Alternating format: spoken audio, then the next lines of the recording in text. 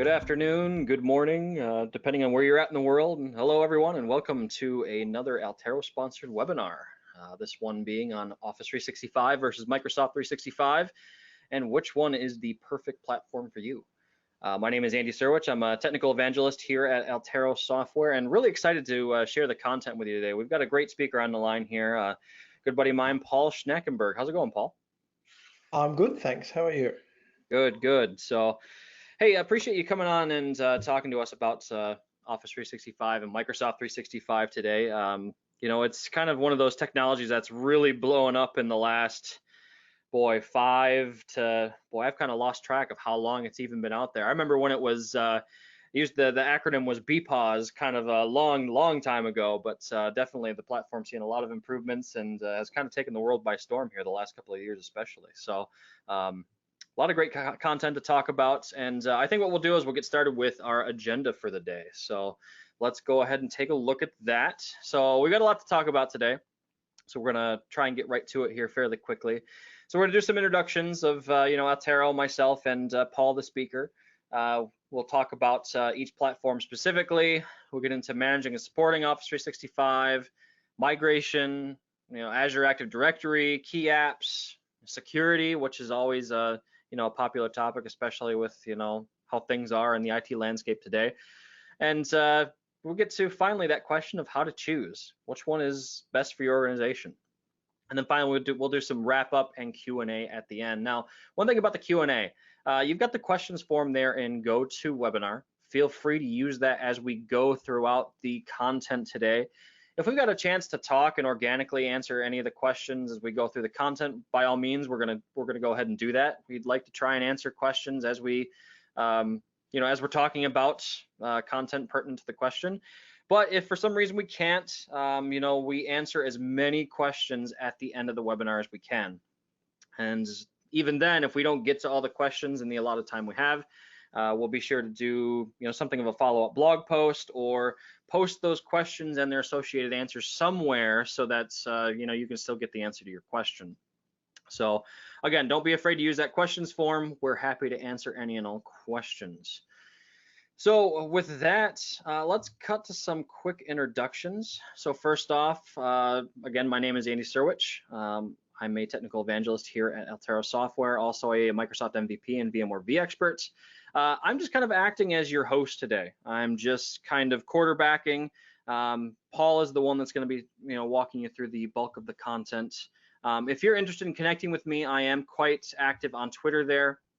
My apologies. You'll have to spell the last name. I need to make that a little bit easier for folks to remember. One of these days, I'll change it to Andy Sandwich because that's what they called me in elementary school. But I haven't gotten around to that yet. Additionally, we've got 3 blogs that you can take a look at, altero.com/hyper-v/vmware/msp-dojo. One thing about Office 365 content on our platforms, so even though it's a Hyper-V labeled blog, we do some stuff about Office 365 occasionally, especially on the MSP Dojo as well. So if you're an MSP and you're using Office 365, we do post some Office 365 related content on the MSP Dojo once in a while as well. So with that, I'll pass it over to Paul to do his introduction. Thank you. Thanks, Andy. And I'll echo what Andy said and say good morning, good afternoon, good evening, depending on where you are in the world. I'm coming to you from Australia, so it's fairly late evening here. I've been in IT for as long as I can remember, basically. I started with 286 computers for the old people in the audience who will know what that is. That was a long time ago. I don't tweet a lot, but I am available there on Twitter. You got my blog there, you can follow me, and my business website as well. And I'm a Microsoft certified trainer, etc. I'm originally from Sweden, but I have been living in Australia for over 20 years. Back to you, Andy. Thank you, sir.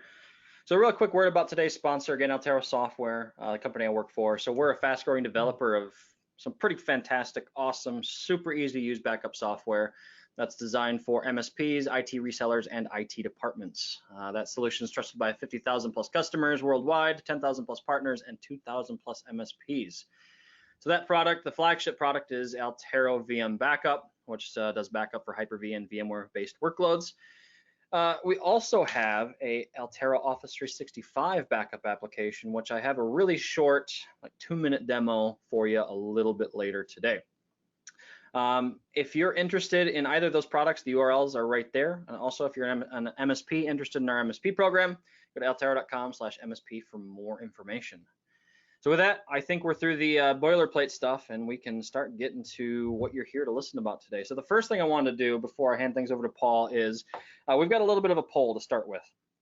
I want to see, of our attendees, who is using Office 365 today and who is using Microsoft 365. Now, I don't know about you, Paul, but I'm pretty sure I know which way the wind is going to blow on this one. I'm guessing, I could be wrong, but I'm guessing most people are on the Office 365 side. Would that be your prediction as well? Definitely. Gotcha. So we'll give folks a second or two here to fill that out. And one thing that we use these polls for, and I'll probably mention this again later, is we use these polls to determine content. If a lot of people are using, if a lot more people are using Microsoft 365 than than we expected, we'll start doing some more content focused around Microsoft 365 content areas. So yep, okay, so there we go. That's what it looks like. So I've got 68% using Office 365, 9% using Microsoft 365, 18% who are currently deciding which to choose, which this is a perfect webinar for the folks that fall into that category. So I'm happy you're here today. And we have 5% with no immediate plans to use either. So it must just be kind of getting the lay of the land and seeing where we're at. So definitely good. Appreciate your input on that, everyone. And with that, I will hand things over to Paul, and he'll take us through the bulk of the content. Take it away, sir. Thanks very much. It's interesting that nearly 20% is looking for which one to choose. So I think this is a good webinar. All right, so I've been using Office 365 and selling it to clients ever since it was BPOS, which was a terrible name, and Office 365 is a better one, except for every leap year when apparently it's not available on the 366th day of the year on the 29th of February, because I'm pretty sure that's what the 365 comes from. Anyway, before we move to the next slide, I always, when I was looking at these prepared slides here, I was always looking at this guy. He looks really happy, and he looks like something is really good going on, except his screen is black, so there's nothing on the screen. So I'm not sure exactly what he's so happy about, but whatever. We will continue from here. So now, quite a few of you said, of course, that you're using Office 365. So some of what we cover today will be very basic, right? Because I've got like 40 minutes to give you an overview of a gigantic platform with hundreds of things in it, and there's no way I can even cover any of this in depth. But I did want to give you sort of the overall introduction. So for those of you who are just looking at which to choose or not deciding at this stage, some of this introductory stuff here could be of interest, right? So Office 365, and in true Microsoft fashion, of course, they've confused everybody by having several different things called Office. So Office 365 is a bunch of cloud services. It is also, can be, depending on which plan you're on, it can also be Word and Excel and PowerPoint, etc., installed on your machine, which is called Office Pro Plus. It can also be Word and Excel, etc., running in a browser, which is called Office Online. Except I saw that Microsoft recently decided they were going to call that Office, which is not going to be confusing at all. And then there's two different strands here. So you have the business side, which is business essentials, etc. That tops out at 300 users. And then you have the enterprise SKUs, the E1, E3, and E5. So that's sort of like a whole high-level overview of Office 365. And I'm going to jump out here for a sec and into here. So These pages are the links on those slides there, and that take you to this one here, for instance, where we can compare the business premium, the business essentials, right? So you see that the business essentials, for instance, does not include Office on your desktop. It just includes the browser-based ones, right? And then you can see through all these different details here. For the E1, E3, and E5. Here you can see the different commitments there, what's included at each of these levels. If you just want the Pro Plus, the actual Office installation on your machine, but you don't want Exchange and SharePoint and Teams, you can get just the Office 365 Pro Plus one. These are the plan options that talk about all the different intricate details of what's included. And then this is the service description. And this is the one where your consultant and your Office 365 experts will go in and check exactly what's included at each entitlement level. And it all depends, of course, on what you need for your business. And you can, of course, mix and match your different levels, right? So you don't have to buy the highest, say, E5 for everybody. Maybe a few users get E5, some get E3, maybe some get E1, etc., right? So you can mix and match to your heart's content. So we jump back in here, and so that's Office 365. Now Microsoft 365 takes the Office 365 inclusions and then adds additional services on the side, right? So you get Office 365 plus Azure Active Directory Premium, which gives you a whole bunch of security features.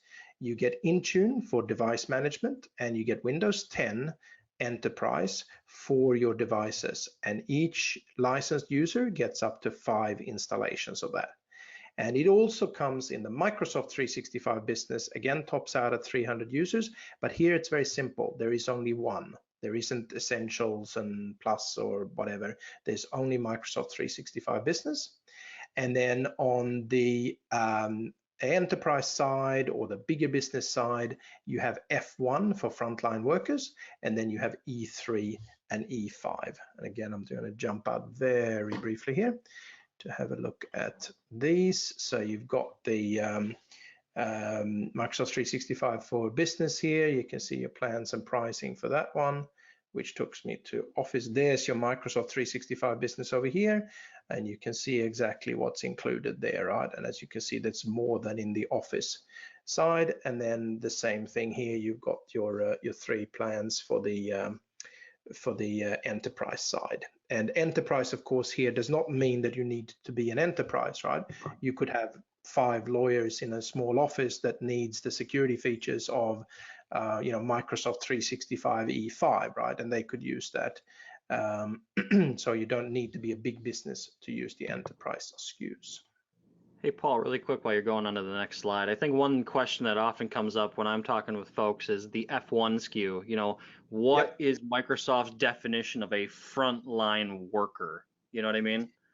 Yeah, that's a good, it's a great question, and thank you for pointing that out. So the way Microsoft sees it is this is a user who does not spend their day in front of a computer, right? This is not an information worker, an office worker who has their own laptop, but it's a factory worker. It is a hospitality worker in a restaurant, or a nurse in a hospital or something. So these are users that spend their days doing other stuff, but then at times need to access emails and documents and other things, and probably from a shared computer, right? They don't have their own computer, but maybe they have shared computers that several different people have access to. That's how Microsoft sees a frontline worker, and that's where these SKUs are designed for. Sounds good. Thanks for the clarification. I'll let you carry on now. Thanks, and thank you for catching that one. Right. So, and we're going to go in the right direction to get to here. Okay, so once you have, say, set up your trials, you can get a 30-day trial of either Office or Microsoft 365. You then need to manage it, and most people's initial experience of Office 365 will be the Office portal, so office.com or portal.office.com. And once you get a little bit more into it and you need to do some automation, you have lots of users, you're going to end up in PowerShell, right? And where you can we've got a PowerShell core here, but you can work away at the command line to script and automate stuff. So let's have a very brief look at those portals and those interfaces. So oh, excuse me. This is what greets a user when they log in here. I can see that my appointment with you guys is 16 minutes overdue up here. So I'm going to dismiss that. So this is my business's Office 365 page. I get all of these icons. I can go straight into the web-based versions of these applications here. Some of these obviously don't have anything else but a web-based application. So things like Planner, or for instance, or Stream, they are only on the web, whereas Word here would take me to the web-based version, right? I can see my documents that I've been working on recently. That's all here. So this is what an ordinary user would see.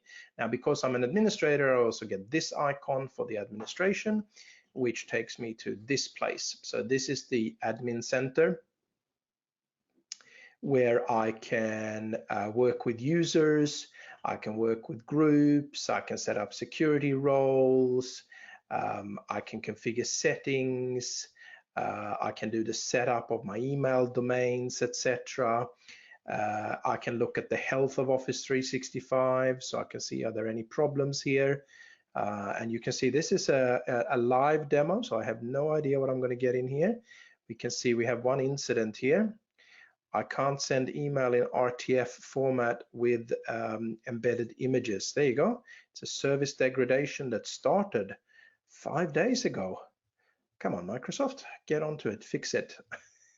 For all of those people who 5 days is quite a bit there. Sorry, Andy? I was going to say 5 days is quite a bit there.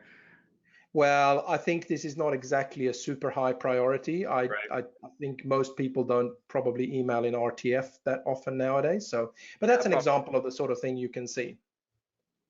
Further down here, we have all our admin centers. So this is where I would go in and administer my Exchange implementation, or Teams, and other admin centers are available here as well. So those are the sort of things that I would get to. Now, if you want to do some scripting, you're going to head over to PowerShell. I have already connected here, so you would do a connect Azure AD. I'm not going to let you guys suffer through this, but basically you log in here. I have MFA turned on, so that's multi-factor authentication. So once I put my username and password in, I'm going to have to also approve a prompt on my phone, so that I can then get to this point where I'm logged in. And once I'm in, once I'm in, I can then run other commandlets in here to script or do other administration as needs be. So we will jump back here. So that's the interfaces, and now we go to troubleshooting and supporting. So as you can imagine, as I said, we got 40 minutes, so it's not like I have time to go into the detail on any of these administration things. But as you guys shoot questions into the questions pane, we can answer those either at the end or as we go. So here's some troubleshooting tools that are sort of part of your basic tool belt when you become an Office 365 administrator. And I suppose my biggest, from my experience talking to a lot of administrators and my own experience and teaching Office 365 for quite some time, is that if you are new to Office 365 and its administration, you probably don't have a lot to worry about. There's plenty of content out there and you can just get used to it. If, however, you come from the on-premises world, so let's say a few years ago you were the Exchange administrator, or you were the SharePoint administrator, or you were the IT guy in a smaller business, right? It's important to drop your baggage. We all have baggage, we all have biases that we gather as we grow in our careers in IT, and one of those is to see things the same. So some people that I talk to say, oh, Office 365 is just hosted Exchange, it's just hosted SharePoint. And nothing could be further from the truth. If you say 3, 4, maybe 5 years ago, that was definitely true. It was Microsoft figuring out how to even run Exchange at scale and service, hundreds of thousands of users worldwide. But that's a long time ago. And Office 365 is so much more than just those building blocks of Exchange and SharePoint in the cloud. There's so many other things there. So one of the things that changes, of course, is the support experience. So when you have a problem, you can't control the whole experience, right? When you have a problem on premises, you can do everything you need to do to fix that problem up. But when you're in the cloud, you have to work together with their experience and their support team, because if the problem is somewhere in their systems, you're going to have to talk to them. And that's called a service request. Before you get to a service request, though, you probably want to use some self-service tools to see if it's a basic thing that you can sort of fix yourself without having to actually contact Microsoft support.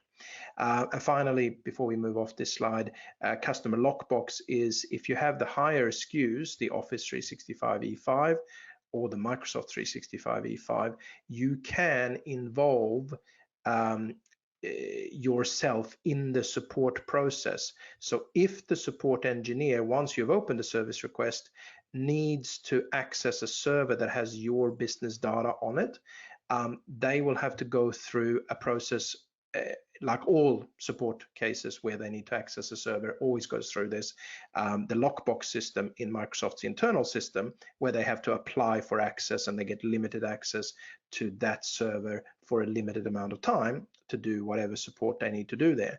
But with customer lockbox, you also get to approve that access, right? So if that's something you need from a regulation point of view, you can do that. So let's have a quick look at one of these troubleshooting tools, which is the Remote Connectivity Analyzer. So if we jump out here to here, we have this one here. Now this one is not Office 365 specific. As you can see here, you can use it for Exchange Server, you can use it for Skype for Business and Link Server on premises, and then we have our Office 365 tests here. So I'll make this a little bit bigger for those of you on the webcast here. And this one now talks about, so here's where I can pick my different tests, right?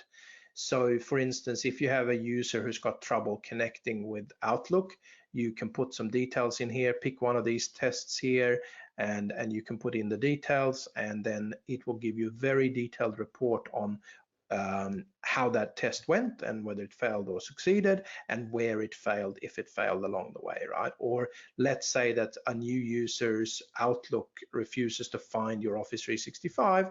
Well, you can do the Outlook auto discover here and see what is the problem here. You can test in your internet, email, etc., and Exchange Active Sync if you're using older phones and those sorts of things. If you are accessing Office 365 email today, you should definitely be using Outlook, the app for iOS and Android, and get away from Active Sync if you can.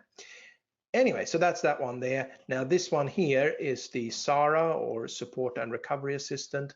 This is a client tool that you run on the end user machine. So this is very handy when there is a specific problem with software on the end user's machine. And it does all these sorts of troubleshooting here. It's fairly automated, and if this can't find the problem and the connectivity assistant can't find the problem, then it's time to open a service request with Microsoft and have a chat to them. So now migrating to Office 365. So of course, one of the strengths and why Office 365 based on pure numbers, as much as either company releases them, compared to Google's G Suite, is the opportunity to migrate from what you have into a very similar environment. So if you have Exchange today and you want to migrate to the cloud, well, Microsoft's Office 365 is happy to take that migration, because of course, from that point of view, it's Exchange running in the cloud. Same thing for SharePoint, etc. So we're going to talk very briefly on how you get from on-premises to the cloud if you have environments today. So if you have a smaller amount of mailboxes, say 100, 150 at the most, and you can do this over a weekend where business will not have access to email, you can do what's called a cutover migration. It's simplest in the sense, and obviously 100 to 150 depends on the size of your mailboxes and your internet bandwidth connectivity. But the general idea here is you simply move everybody's mail to Exchange Online over the weekend, point everybody there, and their outlooks are just going to keep working from that point on with their mailboxes stored in the cloud instead of on premises. Now, if you are on older unsupported versions of Exchange 03 and 07, you got to do a staged migration, and there's documentation to help you with that. Then we have some hybrids. So there is 3 different versions of this, and they all differ slightly in what they support. The full hybrid or the full hybrid migration is where you have lots of mailboxes. You want to take your time over this, as in month and month, and you want full interoperability. And this literally means that you can have a user with a mailbox on premises and a user with a mailbox in the cloud, and they can share calendar data. They can, of course, email each other back and forth, and it gives you that full hybrid. And that's the only one that also allows you to offboard. So you can move somebody's mailbox to the cloud, then decide that that wasn't what you wanted, and you can move their mailbox back to your on-premises Exchange service. If you have a smaller environment, you might opt for the PST-based migration, or you have lots of data in people's mailboxes, but not very good bandwidth connectivity.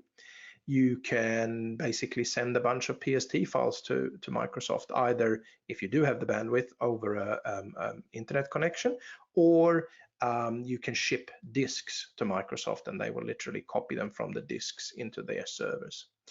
If you're on a third-party system, you might do an IMAP migration. So if you're on Lotus Notes or Domino or one of those systems, you can do an IMAP migration.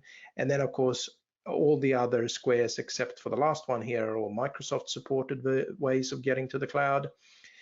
There's also a bunch of third-party tools. So if you've got some sort of funky setup, you could definitely look at a third-party tool, which costs money but makes it more easy.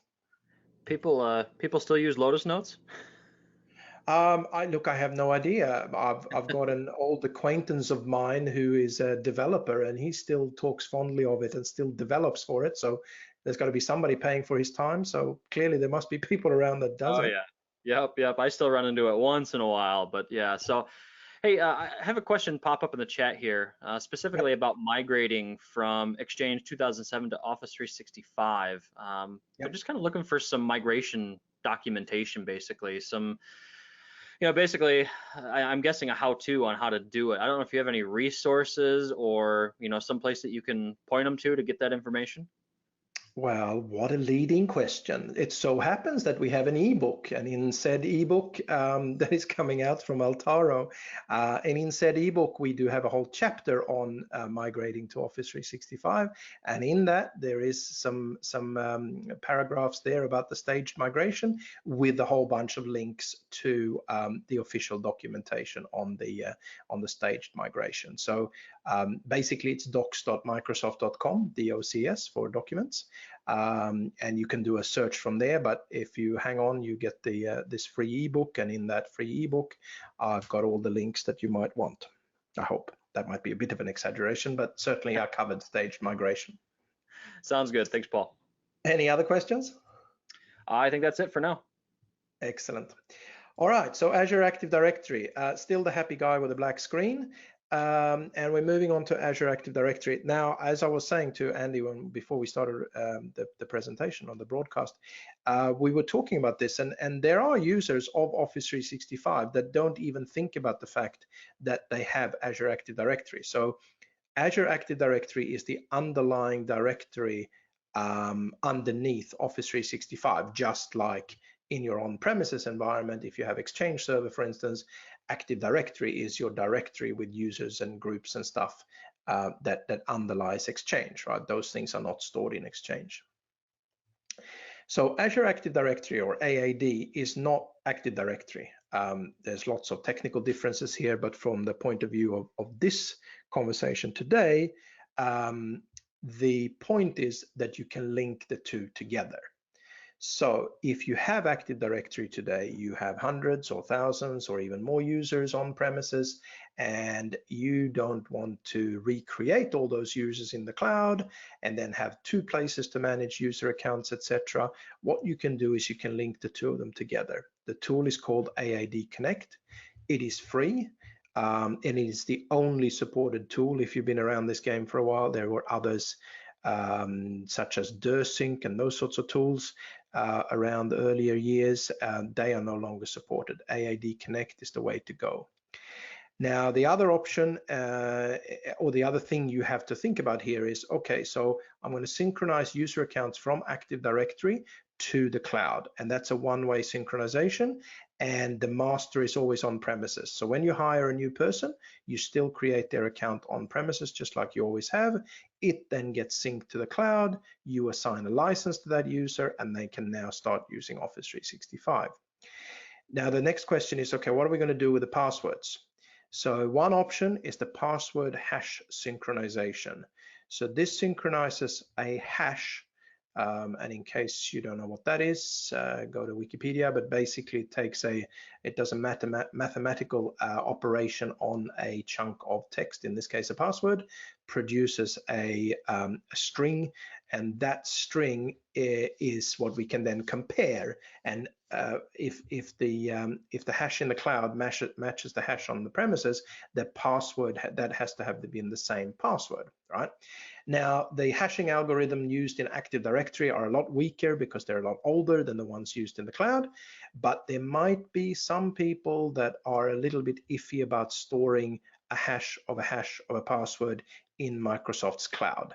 I don't think you should be. I think they're very trustworthy. But if that's an issue for you, you can use pass-through authentication instead. It's a fairly new model, been around for maybe a year. You put a bunch of little agents on premises, either on domain controllers or on member servers. A person logs into office.com, and Office 365 says, well, I can see your username, but I do not have your password, or I don't have the hash of your password. So I'm going to ask your domain controller whether you have the right password. And it's going to talk to that agent or those agents on premises and let you in. And that is one way of not storing your passwords in the cloud. With both of those two, you get seamless single sign-on, which means that when a user logs into Active Directory on their Windows computer in the morning, when they then go to office.com, they are not prompted for username and password. They're seamlessly single signed on there. And that's a nice, another nifty, nice little feature to turn on. And again, it's not a problem if it should fail for some reason, because it just falls back to people having to log into office.com as well. If you want to, you could use Active Directory Federation Services, a bit more of a setup. Again, I cover this in the book, but you don't want to go into details on that unless you already have ADFS set up. You should turn on multi-factor authentication for security. Gives you a second factor by having an app on your phone that you have to, authenticate the request with. And then of course we can publish applications. So if you remember that slide or the screen where I showed you all the Word, Excel, etc. in my web-based interface, you can have all sorts of other applications there. So way over 3,000 other cloud services, third-party ones, and even on-premises applications can show up in that one interface for your users to click on. With Microsoft 365 E3, you get AAD Premium, and with E5, you get Premium P2. And with Premium P1, you get some nice security features, such as the ability to ban bad passwords. That's the single best thing you can do to improve security. Users can self-service reset their passwords when they forget them, and you get conditional access where you can control access to specific applications at specific times from specific locations for specific user accounts being members of specific groups, and you can fine-tune all that access very neatly for security. With Premium P2, you get the all-out security features such as user risk level and sign-in risk level, where Microsoft tracks a score of every user, how risky they are, and then you can use conditional access to build policies around a risky user is not allowed to log into a particular application after hours or that sort of thing. And then you have privileged identity management, PIM, which allows you to make users, so privileged users as in global administrators, Exchange administrators, SharePoint administrators, and so forth. They are just ordinary users, and then they have to ask, similar to that lockbox thing that I mentioned a while ago, they have to ask to be elevated when they need to do administrative stuff. Again, lowers your risk profile. Hey Paul, we're getting some good questions on the Azure AD stuff here in the Excellent. chat, Shoot. and I figure what we can do is we can cover one or two of the quick ones, and then there's one that's a little bit more involved. We'll talk about in the Q&A section. But one of them is, can I have group policies in Azure AD? Are they the same like on-premises policies? I figured you could talk to that really quick, and then I got another one for you before we move on. Great question. So Azure Active Directory is not Active Directory. We do not have group policies, and it doesn't work the same in that way. The equivalent of group policies in the cloud really is a mobile device management such as Intune, where you can use policies or MDM policies, including security policies, and push those out. So that's the short answer to that one. Second one? Sounds good. The second one is centers around multi-factor authentication and whether or not it can be enabled on a user per user basis. Is it kind of whole hog all the users in an organization, or you can choose specific users to enable it for? Absolutely. So you can definitely choose specific users. The initial recommendation, of course, is all your administrators should definitely be using it, right? That's all my clients that are on Office 365. They do not have a choice. If they want to be administrators, they have to have MFA turned on. That's just, and it's free, no matter what SKU you're on, different versions of Office 365. Administrators always get MFA for free. You turn that on because it's otherwise you're just asking for trouble. Right. End users, you can have a pilot group, sections of the business that you enable MFA for, but you definitely want to do some training with them because otherwise they're going to be upset with you. Right. Sounds good. Thanks, Paul. So this is the Azure Active Directory Admin Center, where I, as an administrator, can go in and work with Azure Active Directory individually. Again, we don't have time to go in here in detail, of course, but I did want to show you very briefly the enterprise applications. So this is where I can publish an application that shows up on that main page, right? And if I click here on an application, we can see that I got 3,240 applications to choose from. And you can see some that you probably know the name of, right? So Box and DocuSign, etc., etc. And if you publish them this way, you have control as an administrator of your end users' access to these things.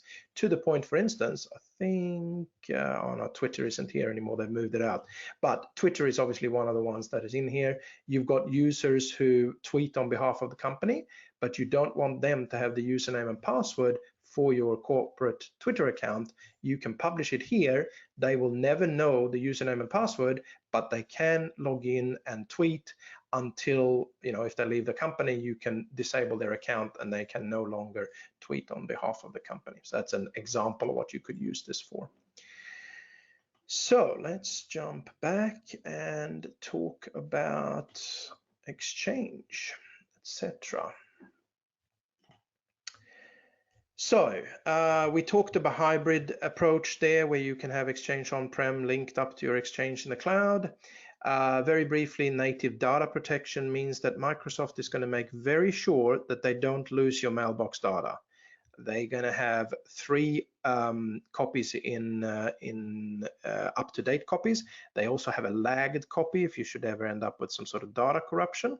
And that way, they're never going to lose your stuff. However, if you have a requirement to be able to go back in time and say, well, this is what the mailbox looked like 3 weeks ago, that is not part of what Office 365 offers. And if you need that for regulatory reasons or peace of mind, you definitely need to look at a third-party backup solution, such as the one that Altoro offers. You definitely want to look at your auto discover, because these are the records in DNS that makes people automatically be able to just put in a username, and then their Outlook or their Outlook on iOS and Android finds their Exchange in the cloud. For some SKUs, you have an archive mailbox, which is ultimately endless in size. You can put as much as you want in there. You can have shared mailboxes that do not use a license. So this is appropriate for things like an info @ or a support @ where you have several different people accessing that same mailbox and they answer different requests at different times.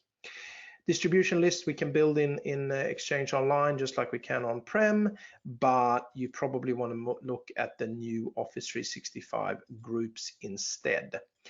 I did have the links in here for the Altaro solutions, but I think Andy might be coming back to this later on to demo those, so I'm going to move on. SharePoint Online is also the storage for OneDrive for Business. So every user, well, in most SKUs, but as a general rule, gets a terabyte of storage in the cloud where they can store their files, business files that they're working on. And they are stored in SharePoint Online, but you don't really see that as an end user. Then we have the SharePoint itself, which is, as most people would know, a web-based collaboration platform. Comes in 2 versions. So Modern is here. It's been here for a few years, and that's the one that flows nicely depending on if you're on a small screen or a big screen, and gives you a bunch of other features. So if you're getting started with the SharePoint Online, you definitely want to always use the Modern approaches. If you have used it for a few years, you might have some sites that are in classic mode, and you can actually upgrade those to Modern mode.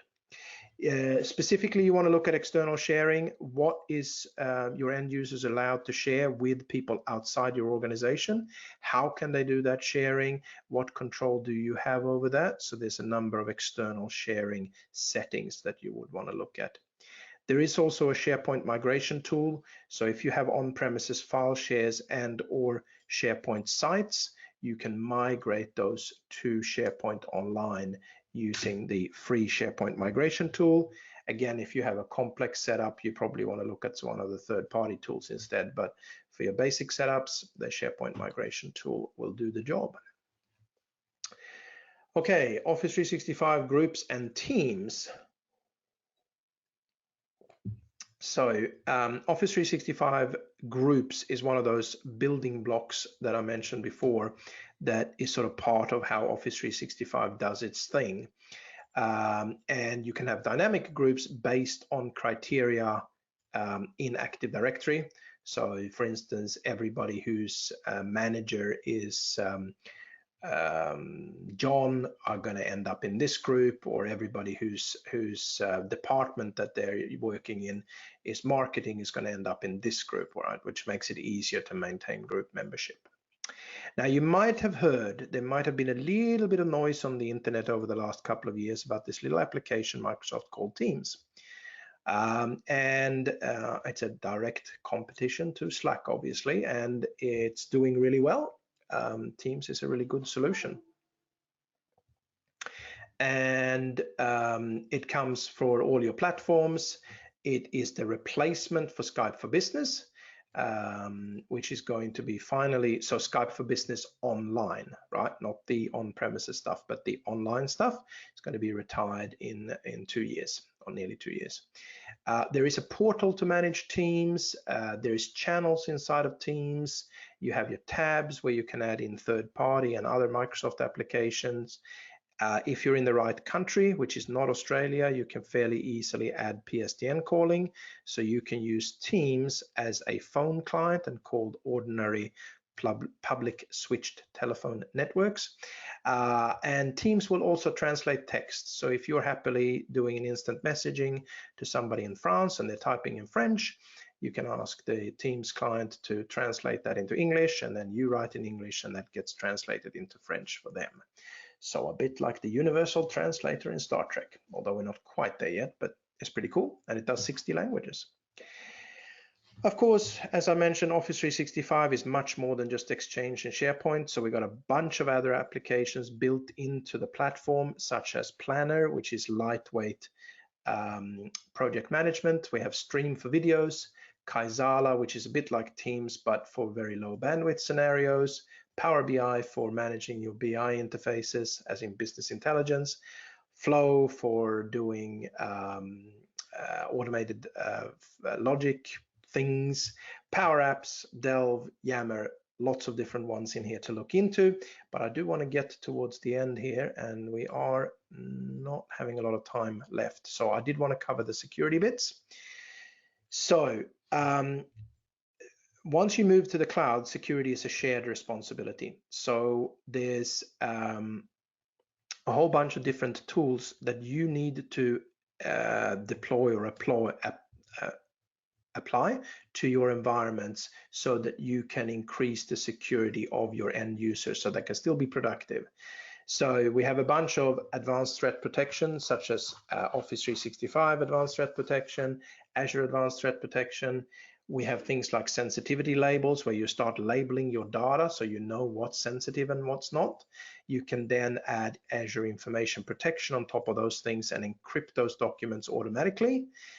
You can send encrypted emails to other people, including people in email systems other than Office 365, so Gmail, etc. You can send them an encrypted email that nobody else except for the intended recipient can read. We can do data loss prevention, where you warn your users if they're putting sensitive information into an email. We can do Exchange Online protection for protection against spam and viruses. And then we have the Office 365 ATP, which does more advanced things such as track links in emails and takes attachments and checks them in a sandbox in a virtual machine before they're delivered to your end users. Gives you nice security. With Microsoft 365, you get a bunch more security features, right? So we get advanced threat analytics in your E3 level, and you get AATP in the E5 level. Both of these are essentially the same product. One is a cloud service and easier to deploy, which is the AATP. This is a fantastic tool, and I could spend a whole hour just talking about this. This is the best way to protect your Active Directory against identity-based threats, and there's lots of those. Cloud App Security is a CASB, or a Cloud App Security broker, which monitors what your users are doing in the cloud and lets you set policies. Another great product. Secure Score is an overall tool that allows you to see what security features have we got turned on in Office 365 and how is that improving our security. And you can then keep turning on more security features and see your score go up. And the single simplest way of improving the security of your Office 365 tenant is to block legacy authentication. These are the old protocols that are insecure, and these are the ones that the attackers favor going after because they're much harder to protect. But if you have newer clients, everybody's on Windows 10, everybody's using the latest version of Office, then you can block legacy authentication and save yourself a whole lot of headache from a security point of view.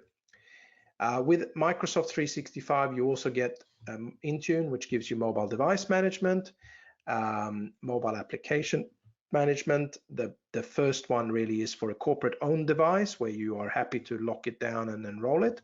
The second one really is for people's own devices. They bring in their iPhone or Android phone and they want to get email on it, and you can do some lightweight policies around that without interfering with the fact that it's their personal device. If you happen to be using System Center Configuration Manager, you can hook that up to Intune using co-management. And then with Windows 10 Enterprise, you get a few more nice security features, including Defender ATP, which is actually a fully fledged endpoint detection and response tool that is doing very well in comparative tests against other EDR solutions today. Let's have a look at the Intune portal. Are you around, Andy? How am I going time-wise? How many minutes have I got left? Yep, I am here. I think if we can wrap up the content in the next, 3 or 4 minutes, 5 minutes, Right. then we can cover, leave a little time for the Q&A at the end. Excellent. Yeah, I will definitely be done in 3-4 minutes. So we can go a minute or two past the hour too, if we have to. But yeah, I'll let you be. That's okay, thanks. So I just wanted to briefly show you the device management in here. This is where I can enroll devices. I can set up my conditional access policies. I can push out security baselines. These are pretty new, but they're nifty. So I can set up a baseline policy here for different things. Let's just create a new conditional access policy just so you can see it. So I'll give it a name here, test. So I can pick my users and groups that this should apply to. I can pick particular cloud applications. I can set up specific conditions. Which device platform are they on? What location are they coming from? Is it their particular client app they're trying to access? And if I am going to grant them access, are there any additional security features I want to do? So for this particular application coming from this particular location, I'm going to require multi-factor authentication or other things, right? So these are the policies you can set up here. So that was like 60 seconds of Intune. So let's jump back in here because I did want to finish off on this slide right here. So this is what you all came for. This is the final slide of my content. So how to choose? Well, obviously Microsoft 365 costs more, and if you have lots of users, it starts adding up very quickly. So a couple of tips here. First of all, if you're a small business, don't default and say, oh, well, we should be using business rather than enterprise. There are some limitations in the business side, and you don't save that much money on a per user basis. So there could definitely be reasons to go to the enterprise SKUs, even if you're a small business. You can mix and match your different SKU levels, right? But you don't want to mix enterprise and business, but for different user categories inside of your business.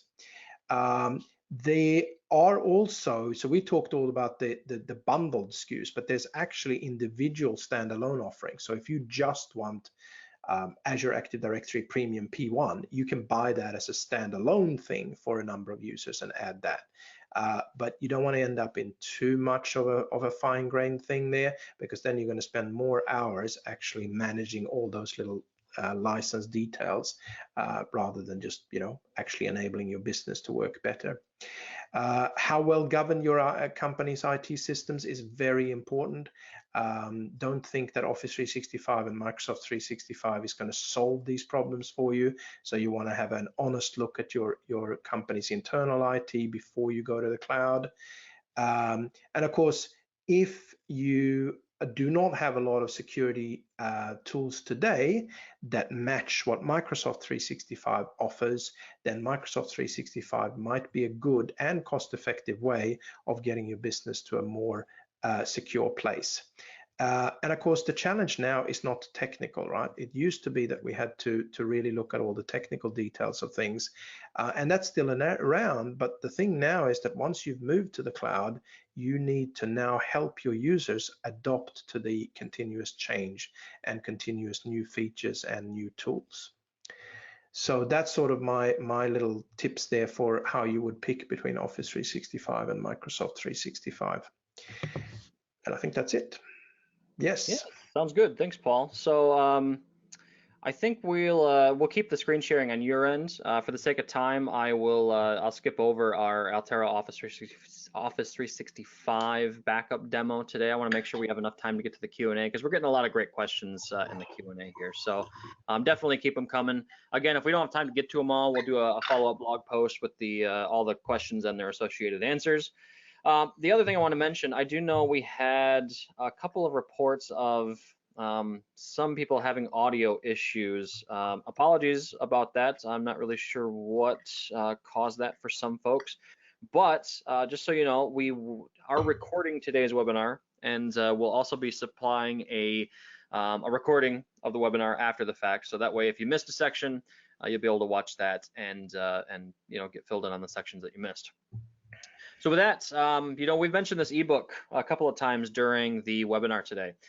This is a new ebook that we've had made, and it was made by Paul, who's given our talk today. So he's done a great job on this ebook. A lot of great resources, a lot of great material, and it really, it fills in a lot of the gaps that we didn't have the time to go into in a 1 hour long webinar today. So. Again, it complements this webinar. I think there was a SharePoint migration question earlier in the session Some resources for SharePoint migration are included in the ebook, and a load of other stuff. So you will be receiving this ebook in an email sometime in the next day. So be on the lookout for that. So you get a direct download link for it, so you can grab the PDF and use it to your heart's content. So let's go ahead and move on to the next slide. Oh, sorry. Yeah, no worries, no worries. I think it's about our forums. So we actually have some forums here at Altero if you're interested in joining a upcoming forum community. It's just dojoforums@altero.com. Right now you'll see a kind of a generalistic Hyper-V Dojo forum on there, but it's being used for basically all things Microsoft. It's being used for Office 365, Microsoft 365, Azure, Hyper-V. There's a lot of PowerShell discussions happening there. So feel free to check it out if you're interested. I'm active on the forums. A couple of other authors are as well, and I'll have to see if I can't bribe Paul to be involved as well. I haven't talked to him about it yet, but I might be able to supply some fancy pastries or some sort of goodies. I don't know what he likes to be bribed with, but gonna try. Thanks, Andy. Yep, not a problem. We'll move on to the next slide. I'm guessing is the demo slide, well, nope, not yet. So I wanted to mention our Office 365 backup application. So while I go through this slide, I give Paul a couple of minutes to take a look at the questions that are currently in the Q&A. So again, I mentioned a couple of times here, we have an Office 365 backup application, which is great for those situations where you need more data protection than what Microsoft supplies with Office 365. Microsoft does a great job of providing availability, but there's some things lacking as far as true data protection goes. So that's where a third-party backup application comes into play. So this application can be managed from a single web UI. It protects your mailboxes, contacts, calendars from deletion, malicious users, malware, et cetera. We also have support for SharePoint Online and OneDrive for Business coming on October 3rd, so 2 days from now. And it also includes Azure-based storage that we manage and provide for you, so you don't have to worry about taking care of that yourself. You don't have to provide your own infrastructure at all. And you see some mention of MSPs on here. We have an MSP version of this, and we also have a end user version of this as well. If you're a privately owned company with its own internal IT department, this tool can be used for those situations as well. So with that, I think we're on our Q&A slide. So the next slide will be the demo slide, which we can just skip over. I'm guessing, yep, we can just skip right over that, and we're on our Q&A slide here. So, back up one there, Paul. Oh, sorry. Yep, no worries. Oh, come on. There we go. All right, so I think we have one poll left. So we'll go ahead and put the poll up really quick, give people a section to provide a little bit more feedback here. What services are you using today if you're using Office 365 or Microsoft 365? If you use any of them that are shown here, go ahead and check the box. If there's one here that, if there's a function that you're really using a lot, there's a service you're using a lot that's not shown here, just go ahead and throw it into the questions form. Like I said, we use these polls to drive content. So if I see a lot of people say, hey, we're using Delve, for example, we'll start putting some Delve related content out on the Altero blog. So again, if there's one one that you use a lot that's not listed here, just throw it in the questions form. So with that, I want to cover some of the questions, and I don't know if there are any in particular that you really want to address, Paul, that you've seen so far. Yeah, well, I mean, if people don't mind, we can go a couple of minutes over. I don't mind. Okay. So I'm gonna just jump straight in to see what I can answer this one. The 1 terabyte from OneDrive stored the same as Exchange where there's no backup. Well, it's a little bit different in the case of the OneDrive for Business. Again, there is no way of going back and saying, show me exactly what it looked like 6 months ago. However, it is ransomware proof. So there is a feature where you can go back in time, like days or hours, so that if you do get hit with some sort of ransomware that encrypts all your files in your OneDrive for Business on your machine, then synchronizes that back up to the cloud, there is a way of going back to before those files were encrypted, right? So that's pretty good. As far as the second part of that question, I'm going to hand that over to Andy to look at whether your Office 365 backup will also handle OneDrive for Business. Yes, it will. It does. It as of our beta version does. Of course, it's going to be out of beta in 2 days. So in 2 days, it'll be official. Cool. So recovery data mails, what's the difference between litigation hold and regular backup? So litigation hold is a feature of Exchange Online where you are able to say this particular user or groups of users are under some sort of investigation, and we want them to never be able to delete emails. So even if they delete them out of their folders and then delete them out of the junk folder or the bin in Outlook, they still don't disappear, right? So that's a way from a legal point of view to get back to those. It's not the same as a backup in the sense that you can't go and say easily, show me what this mailbox looked like, 3 months ago, right? That's not so easy to do with that. It does work a little bit like a backup in the sense that nothing ever gets deleted, but it's not exactly the feature for that, right? Public folders, well, modern public folders are now supported in Office 365, and yes, you can migrate public folders from Exchange 2010. What security features does Exchange have over on-prem? So that's a little bit of a generic question, but certainly Exchange Online brings some nice security features that you do not have on premises. The big one that comes to mind is obviously anti-spam and anti-malware, which is not available in Exchange on premises anymore. There was a few versions ago, but they don't even do it anymore. You have to have a third-party tool or a third-party service to filter your emails before they get into your Exchange on-prem. We talked about the GPO question. Yes, the question about Office 365 giving any option to select which applications gets installed on the desktop. So there is a customization tool, right? So if you just allow your users to install from the cloud, just click on the button, they will get Office Pro Plus, the full package. However, if you take away that button, which you can do, and you deploy Office Pro Plus in a managed way from on-premises, there is a customization tool, and it's changed name a few times, and it's now a web-based tool, but either way, it spits out an XML file in the end that allows you to control exactly what gets installed and what's available and which, so you can, have access or not have access, for instance, as you say there, right? Does the Office 365 backup perform backups of public folders in addition to mailboxes? Andy, that's for you too. Yeah, as far as I know, the built-in tools, again, on the Exchange side, are more designed to prevent the data loss. As far as our product goes, public folders directly, we'll do the mailboxes.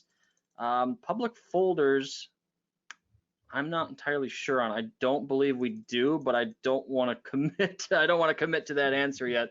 I'll be sure to include that in the follow-up Q&A blog post for those that are interested. Excellent, thanks. We had a couple more questions pop in here.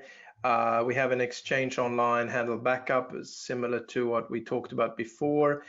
Yes, they will protect your data and they will never lose it.